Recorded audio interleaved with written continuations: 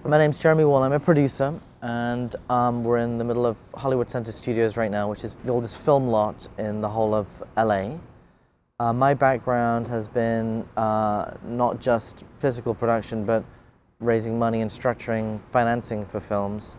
I think this story that's going to be told in the film form is going to be different to a lot of people. For me, the reason why I connected with this story was because ultimately, for me, it was about a father and a son.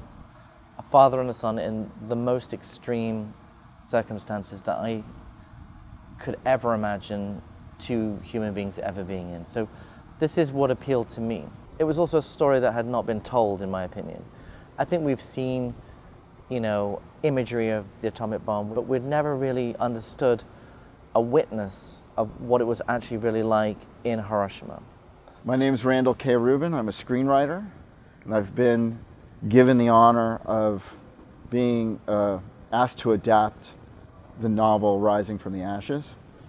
The book is a tremendous story of survival.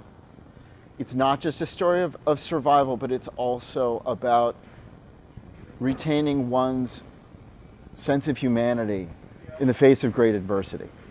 This is an important story. This is a story that needs to be told. The story is really a metaphor for the world after World War II. World War II itself was such a horrible time in human history, and it was a very, very dark time for these characters. So what happens to the characters in the story, and what happens in the story is a metaphor for humanity. There are two sides to this argument, whether they needed to do it, whether they said they needed to do it because they wanted to do it. That ruins the universal theme. The book does an excellent job of making certain that we focus our energies on the universal themes here. And any political controversy centered around whether or not the bomb should have been dropped, whether or not that was the only way to end the war, that is not what this story is about. This is the story about a father and son surviving. And it's a universal story about a father and son surviving. I think one always looks at what would it have been like if it was oneself in that situation, and then you have an emotional reaction to that kind of process, which is the film process. When you watch a movie, you imagine yourself to be that lead character or that second lead character, and then you have an emotional response to that because of the circumstances that they find themselves in. In terms of the captain of the ship, which is going to be the director, it's an important member of the team. The man or woman makes the film, creatively. What's most important when we're selecting a director is that they really understand the material, that they really understand each emotional arc of the characters, and that the cultural background of the setting of Japan. We are going to send it to Oliver Stone.